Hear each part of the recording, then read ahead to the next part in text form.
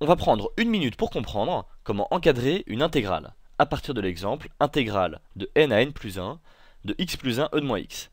C'est parti.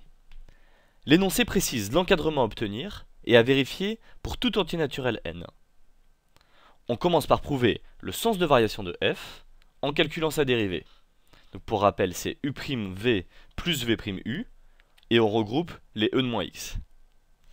Comme f' est négative si x est positif, la fonction f est décroissante sur cet intervalle.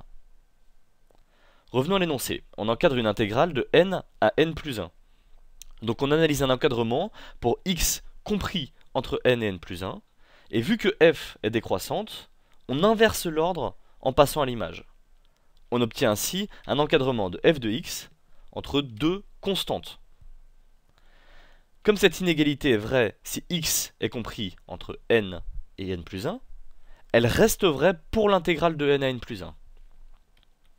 Or, l'intégrale d'une constante se calcule facilement, c'est la largeur de l'intervalle, n plus 1 moins n, fois la valeur de la constante.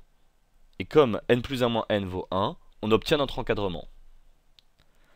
On reconnaît dès l'énoncé la valeur de la fonction aux bornes n et n plus 1 comme les valeurs qui encadrent à la fois en dessous et au-dessus notre inégalité. Donc on applique la méthode. 1. Je prouve le sens de variation de la fonction à l'aide de la dérivée. 2. Grâce à f croissante, j'encadre f de x entre deux constantes, si x est compris entre n et n plus 1. Et du coup je peux passer à l'intégrale de n à n plus 1, et on sait calculer les bornes, puisque c'est l'intégrale d'une constante.